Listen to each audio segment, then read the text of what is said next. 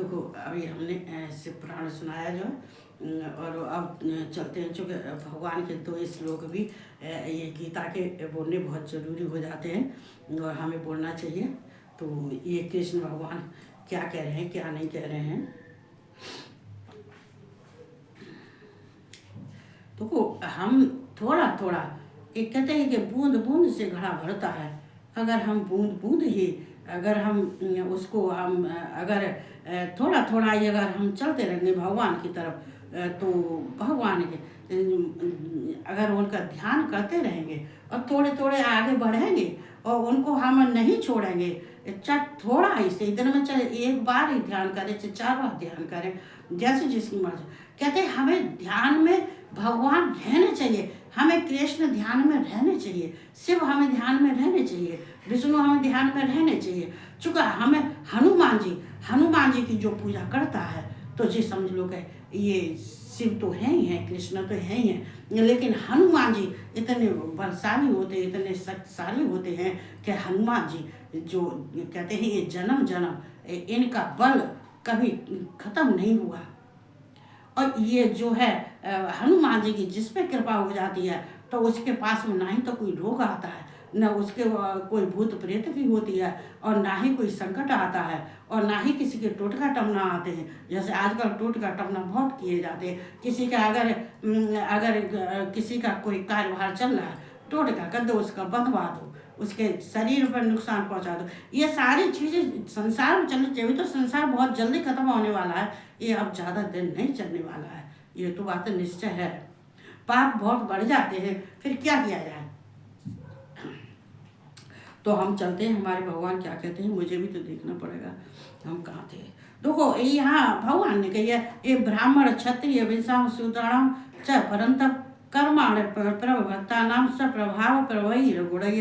देखो यह परंतप ब्राह्मण क्षत्रिय और वैश्यों के, तथा ये मैंने कल बता दिया है, कल मैंने इसको सुना दिया था।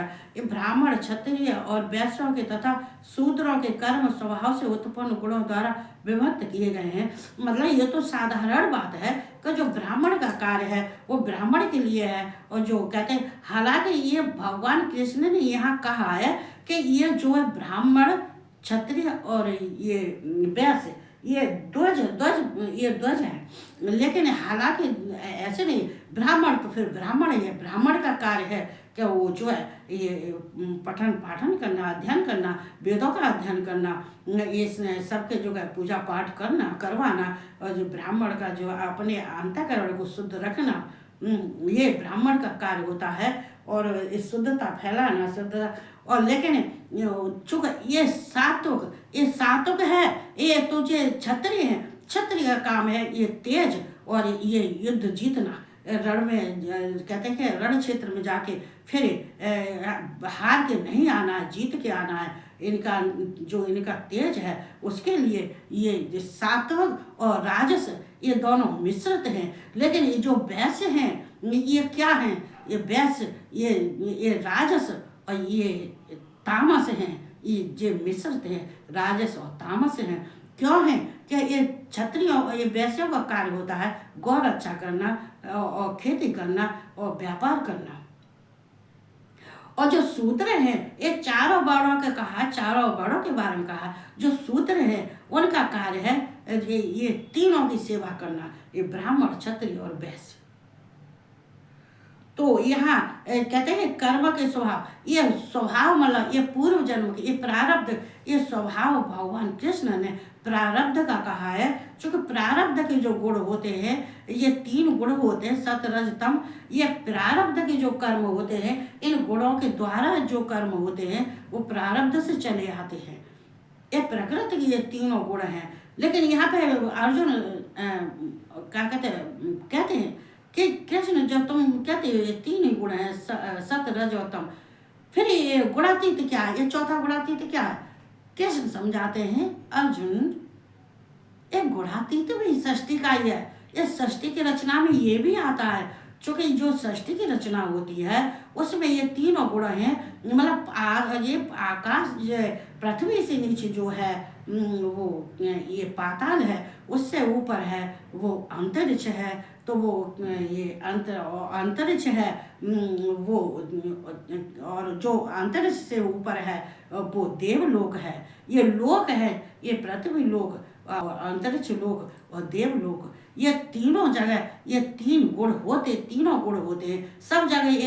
ये सब तीनों लोग गुण से रहते हैं। ये रज तम सत रज तम और ये सत रज तम जो है, तो ये तीनों गुण हैं और तीनों गुण से ही, लेकिन ये चौथा है। तो सृष्टि की रचना में ये चौथा भी है, ऐसा नहीं है कि नहीं, ये चौथा भी है। लेकिन जो चौथा है ये गुणातीत है, ये साक्षात मैं हूँ, मैं कृष्ण हूँ। चूँकि ये मैं भी संसार में ही रहता हूँ, सबके हृदय में रहता हूँ, लेकिन इससे हृदय में रहने के बाद में मेरा संसार से कोई कार्य नहीं है, ना ही प्रकृति से कार्य है, ना प्रकृति के गुणों से कोई मतलब है मुझे, और ना ही मैं इन गुणों को भोगता हूँ। लेकिन हाँ, मैं सबकी अंतर आत्मा में रहता हूँ। तो इसलिए मैं इन सबसे अलग हूँ। तो ये कहते हुए तो यहाँ कह रहे हैं ये समो दम स्तप सोचम क्षांतिराजरमेव च ज्ञानम विज्ञानम अस्तक्यम ब्रह्म कर्म स्वभावजम। तो यहाँ कह रहे हैं, कृष्ण अर्जुन से कह रहे हैं, समो दम स्तप है शौचम। शौच माने शुद्ध पवित्र अंतःकरण, जिसका शौच का मतलब है, शौचम मतलब कि जिसका अंतःकरण शुद्ध है, ये बाहर से भी और अंदर से भी। बाहर से ये नहीं है कि अंदर से अच्छा है तो बाहर से गंदा है, बाहर से अच्छा है तो, चूंकि ये इंद्रियों का खेल है। ये मन बुद्धि शरीर और इंद्रियां, यही तो है, ये ही तो हमारे अंदर जो ये भंग फैलाई रहती हैं, इनको बस में करने से हमारा मन शुद्ध पवित्र, हमारा शरीर शुद्ध पवित्र हो जाता है। तो यहाँ कह रहे अंतःकरण का निग्रह करना, मतलब अंतःकरण का ये जो हम जो अपने अंतःकरण को जो शुद्ध पवित्र करके रखते हैं, इसकी हम रक्षा करते हैं, इसकी देखभाल करते हैं। कैसे?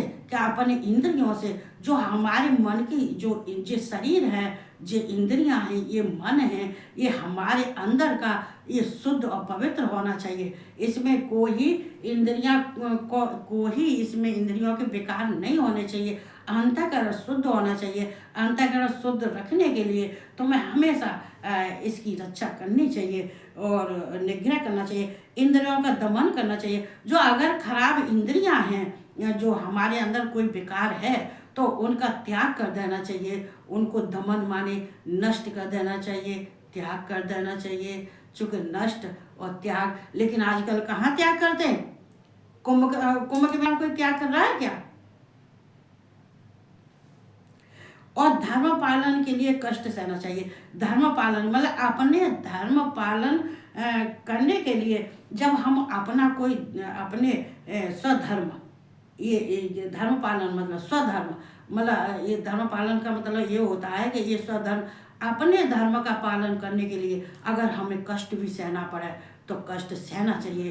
कहते हैं जो इंसान अपने धर्म की रक्षा करने के लिए, धर्म का पालन करने के लिए अगर वो यज्ञ जप तप करता है और कष्ट सहता है, ये व्रत उपवास करता है, भगवान का ध्यान करता है और भगवान में आस्था रखता है, भगवान के लिए जो कुछ भी करता है, तो कहते हैं उसमें अगर कष्ट आते हैं तो उसको घबराना नहीं चाहिए, नहीं चाहिए, कष्ट सह लेना चाहिए। चूँकि जो हम कष्ट सह लेते हैं, जो कष्ट सहने के बाद में, कष्ट सहने का मतलब क्या है? ये हम जब तप करते हैं हमारे शरीर को भी कष्ट होता है, हमारे मन को भी कष्ट होता है जब हम तप करते हैं तो। लेकिन हमें तप नहीं करेंगे तो हमें कृष्ण की प्राप्ति नहीं होगी। अगर हमें कृष्ण की प्राप्ति करनी है तो हमें तप करना है और अपने शरीर को इतना तपाना है, इतना तपाना है कि कृष्ण भगवान, इनके कृष्ण के सिवा और हमारे अंदर किसी का ध्यान नहीं होना चाहिए।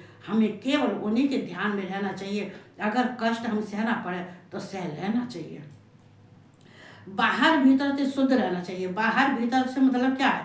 देखो, यही नहीं है कि तुम अंदर से शुद्ध हो गए, लेकिन ये बाहर सुंदर तो ये तुम्हारा, तुम शुद्ध नहीं हो।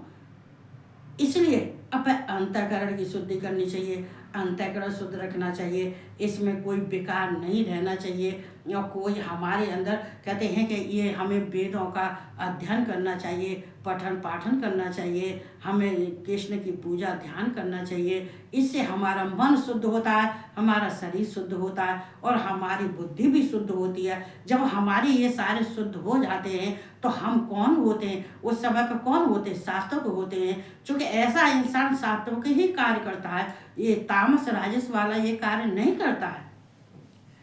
तो ये अपने मन इंद्रिय, अपने मन को बस में रखना चाहिए, अपने मन को बस में रखना चाहिए, अपने इंद्रियों को भी बस में रखना चाहिए। हमें ऐसे नहीं है कि हमारा मन कह रहा है और लेकिन हम बाहर की, ये बाहर की है, ये क्या है, ये इंद्रियां बाहर की, जो बाहर की चीज है ये मन अंदर का है, ये बाहर की जो इंद्रियां हैं, ये शरीर से जो हम काम करते हैं, ये शरीर है, ये इंद्रियां हैं, ये बाहर की शुद्धता है, ये हमें बाहर की भी शुद्धता रखनी चाहिए। हमारा शरीर गंदा नहीं होना चाहिए, हमें ब्रह्मचर्य में रहना चाहिए, हमें हमेशा ध्यान, कृष्ण का ध्यान करना चाहिए, हमें इससे हमें अलग नहीं करना चाहिए। हमें अच्छी बातों को हमें रखना चाहिए, बुरी बातों का हमें त्याग कर देना चाहिए। हमें बुरे विचार, बुरी बातों को हमें अपने अंदर नहीं रखना चाहिए। हमारे जितने भी अंदर कर्म हैं उन कर्मों को हमें छोड़ देना चाहिए।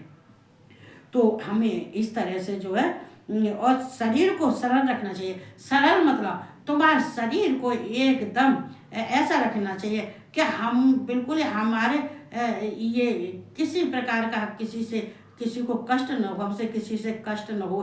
कहते हैं कि ये शरीर को ही हमारे शरीर के अंदर ऐसी भावनाएं नहीं होनी चाहिए, ऐसा भाव नहीं होना चाहिए कि हम किसी का बुरा करें या किसी का बुरा सोचें। क्या ऐसे हमें, इसलिए हमें इस शरीर को भी सरल रखना चाहिए। क्यों रखना चाहिए? कि हमें गंदी वस्तुओं को धारण नहीं करना चाहिए। कहते हैं ये इंसान, मैं रोज भी कहती, कभी कभी कहती हूँ, रोज तो नहीं कहती, रोज तो नहीं कहती हूँ, पर कभी कभी कहती हूँ। कभी कभी क्या कहती हूँ मैं? ये कहती हूँ कि देखो, शरीर की शुद्धता के लिए हमें क्या करना चाहिए। हमको सुबह को नहाने के बाद में हम अपने घर का कार्य करते हैं, कार्य करने के बाद में हम चाहे कैसे भी रहे, नहाने के बाद में हम शुद्ध पवित्र हो जाते हैं। शुद्ध पवित्र होने के बाद जब हम पूजा के स्थान पर आते हैं तो हम भगवान को जो चंदन लगाते हैं, उनके विष्णु के चरणों का चंदन हम अपने माथे पे लगाते हैं। कभी मैं शुद्ध चंदन में नहीं लगाती हूँ, डायरेक्ट में चंदन लेके नहीं लगाती हूँ। मैं चंदन वो ही लगाती हूँ जो विष्णु के चरणों में मैं चंदन लगाती हूँ। वो विष्णु का चरणों का चंदन में वही चंदन छोड़ा के और मैं अपने मस्तक पर और गले पर लगाती हूँ। कभी मैं कटोरी में से लेके चंदन नहीं लगाती। मुझे बहुत साल हो गई, मैं विष्णु के चरणों का चंदन लगाती हूँ मैं हमेशा। इसलिए तो कहते हैं तभी तो विष्णु हमारे खुश रहते हैं जो है। तो हमें शरीर को सरल रखना चाहिए। और वेद शास्त्र, देखो ये हमें वेदों का अध्ययन करना चाहिए। हमें जब हम वेदों का अध्ययन करते हैं तो मालूम है हमें ज्ञान प्राप्त कहाँ से होता है? ये ज्ञान और विज्ञान, ये ज्ञान और विज्ञान, हमें वेदों से ज्ञान प्राप्त होता है और ज्ञान से हमें विज्ञान प्राप्त होता है। कहते हैं हम जब वेद मंत्रों को हम जब पढ़ते हैं तो हमारे अंदर की शुद्धता होती है, हमको शक्ति मिलती है, हमें ऊर्जा मिलती है। और हमें जब विज्ञान, और हमें जब ये ज्ञान से जब विज्ञान हो जाता है तो हमें कृष्ण की प्राप्ति हो जाती है, कृष्ण के स्वरूप की प्राप्ति हो जाती है, हमें कृष्ण के धाम की प्राप्ति हो जाती है, हमें कृष्ण के लोक की प्राप्ति हो जाती है। ये ज्ञान, वेद का मतलब है ज्ञान विज्ञान। ये अध्ययन करना, पढ़ना ये इच्छा होती है। देखो ये क्या है वेद का मतलब? वेद में 6 बातें ध्यान रखनी चाहिए: अध्ययन करना, कराना, और ये दान करना, दान लेना और दान देना। और ये जो है सबका हमें ये सबका भला करना और करवाना सबसे। तो कहते हैं कि हम जब तप करना और करवाना। मतलब जो जो होती हैं ज्ञान की बातें, इनको समझनी है। चूँकि जब हम तब खुद करते हैं, हम दूसरों से भी करवाते हैं। हम दान लेते हैं तो दान देते भी हैं। हम अगर अध्ययन करते हैं तो अध्ययन करवाते भी हैं। जो कि ये भावना जब होती है ना, तो ये तुम्हें, ये गीता पढ़ने से तुम्हें क्या फायदा? गीता पढ़ने से हमें मतलब क्या फायदा? गीता पढ़ने से हमें ये फायदा है कि हमारे विचारों में परिवर्तन हो जाता है, हमारी बुद्धि में परिवर्तन हो जाता है, हमारे अंतःकरण में परिवर्तन हो जाता है, और हमारे जीवन में परिवर्तन हो जाता है, हमारे जन्म और मृत्यु में भी परिवर्तन हो जाता है। कहते हैं जब सारी चीज़ों में परिवर्तन हो जाता है और अध्यात्म मार्ग में जाने के बाद में और भगवान के कृष्ण की प्राप्ति भी हो जाती है, हमें मोक्ष भी मिल जाता है। तो फिर ये सारे कुछ मिलते हैं। तो फिर इसमें लिखा है वेद और शास्त्र, शास्त्रों का अध्ययन करना चाहिए। ईश्वर और परलोक आदि में श्रद्धा रखना चाहिए, भगवान में श्रद्धा रखना चाहिए। कृष्ण हो चाहे विष्णु हो चाहे शिव हो, उनमें श्रद्धा और विश्वास रखना चाहिए। ये नहीं कहना चाहिए अरे कौन कृष्ण, कहा कृष्ण, कृष्ण क्या करेंगे, अरे जो कुछ करना है वो हमें करना है, कृष्ण तो नहीं करेंगे। नहीं, तुम कर्म करोगे फल कृष्ण देंगे। जब तुम कर्म नहीं करोगे तो ये विश्वास तुम्हें रखना चाहिए कि अगर हम कृष्ण के लिए कोई कर्म करते हैं तो हम मांगेंगे नहीं, लेकिन कृष्ण हमें बिना मांगे ही दे देंगे। ये हमें विश्वास है। और ये हमें विश्वास है कि अगर हम कृष्ण का ध्यान करेंगे और हम कृष्ण का भजन करेंगे, हम कृष्ण का तप और जप करेंगे, तो हमें कृष्ण की प्राप्ति जरूर, हमें ईश्वर की प्राप्ति जरूर हो जाती है, हो जाएगी। चूँकि ये विश्वास, दृढ़ विश्वास होना चाहिए। तो आगे इंसान विश्वास से बढ़ता है। जब तक उसको विश्वास नहीं होगा, तो आप मुझे, और मैं अभी नहीं कहूँगी, चूँकि थोड़ी सी और सर जाऊँ, उसके बाद में कहूँगी लास्ट में।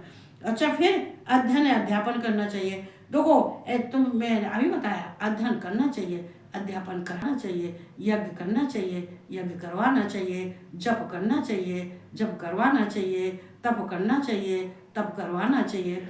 मतलब ये नहीं है कि तुमने खुद ही करते आ रहे हो, जो तुम करते हो वो सामने वाले भी करवाओ। चूँकि सामने वाला भी करेगा, तुम्हारा उद्धार हो जाएगा, तो सामने वाले का भी उद्धार हो जाएगा। कहते हैं कि कर भला तो होगा भला और कर बुरा तो होगा बुरा। जो बुरा करोगे वो तो तुम्हारे पास लौट के आएगा, उसमें तो कोई कुछ कर ही नहीं सकता है, कोई कुछ नहीं कर सकता है।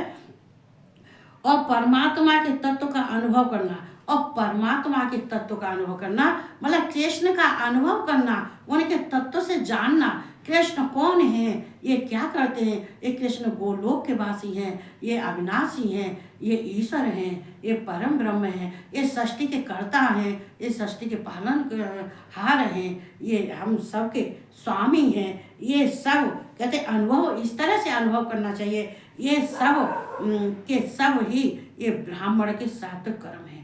ये ही कहते हैं, ये कृष्ण अर्जुन से कह रहे हैं, ये अर्जुन, ये ही जो कर्म, जो इतने जो कर्म बताए हैं, ये ही कर्म, ये ब्राह्मण के कर्म हैं। ये ब्राह्मण को ये सारे करना चाहिए। ये नहीं कि ब्राह्मण के, और ब्राह्मण को जो ये सारे काम करता है तभी वो सात्विक है, नहीं तो जन्म लेने से ब्राह्मण नहीं हो जाता। बहुत लोग कहते हैं अरे हम तो नहाए पूजा करने से नहीं, हम तो ब्राह्मण है। अरे तुम काहे के ब्राह्मण हो? का तुम्हारे नसीब पर भगवान ने नोट किया कि ब्राह्मण है तो भैया उसको अच्छी तरह से लाना, एक रास्ते में कोई परेशानी नहीं होनी चाहिए उसके जीवन में। कहते हैं ब्राह्मण खाक चाट रहे और शूद्र अच्छे कर्म कर रहे हैं और वो राजभोग रहे। तो क्या होता है, ये कर्मों का खेल है। ये ब्राह्मण तो कहते हैं जैसे सब में सब जातियाँ होती हैं, ब्राह्मण में भी अनेक जातियाँ होती हैं। एक चेहरे पर 10 मुखड़ा लगा के ये ब्राह्मण कहने से ब्राह्मण नहीं हो जाते हैं। ब्राह्मण के जो 7 कार्य हैं वो मैंने अभी बताया है, उसी से ब्राह्मण होता है। तो हमें कृष्ण का कहते हैं कि हमें ज्ञान लेना चाहिए। तो अब मैं बता देती हूँ कि देखो, अब हंसी की बात तो ये है कि मेरे अंदर जो इतनी खांसी थी कि मैं कल नहीं बोल पाई, और मैं आज भी नहीं बोलने के मूड में थी। क्यों नहीं बोलने के मूड में थी? कि मुझे मालूम थी कि मुझे खांसी नहीं बोलने देगी। लेकिन देखो भगवान से थोड़ी सी हमने प्रार्थना की, भगवान थोड़ी लाज हमारी रख लेना, हमें थोड़ा सा जो है हमारी बहुत इच्छा कर रही है बोलने की, तो थोड़ी सी हमारी लाज ये रख लेना कि हम जो बोले हमें बोलने देना, ज़्यादा खांसी मत लाना। मालूम पड़े कि एक शब्द बोला और 2 मिनट खांसा, फिर एक शब्द बोला फिर 2 मिनट खांसा। तो देखो ये भगवान किसके मन की नहीं पूछते, कहते हैं कि अरे भगवान कहाँ है, भगवान कण कण में हमारे अंदर है। ब्राह्मण कहीं कहते हैं ये भगवान कहीं है, ये कृष्ण और ये शिव कहीं बाहर नहीं है, वो अंतःकरण में ही है, अंतर विराजमान है। तुम बोल के तो देखो, तुम कह के तो देखो, तुम एक बात कह के देखोगे वो तुम्हारी सारी बात सुनते हैं। मैं यहाँ कथा कह रही तो क्या मेरे भगवान नहीं सुनते? नहीं सुने, सब सुने। संसार का कोई सुने या न सुने ये उसकी उसके ऊपर है, ये कहते हैं उसका काम है। लेकिन मेरे भगवान जिस समय मैं पूजा करती हूँ सब मेरे पास रहते हैं, जब मैं कथा करती हूँ तो सब मेरे पास रहते हैं। और देख लो खांसी नहीं आई, और अब उठने के बाद में मैं कह नहीं सकती कि मैं कितना खांसूंगी, जो खांसी हमारे कर्मों से आती है।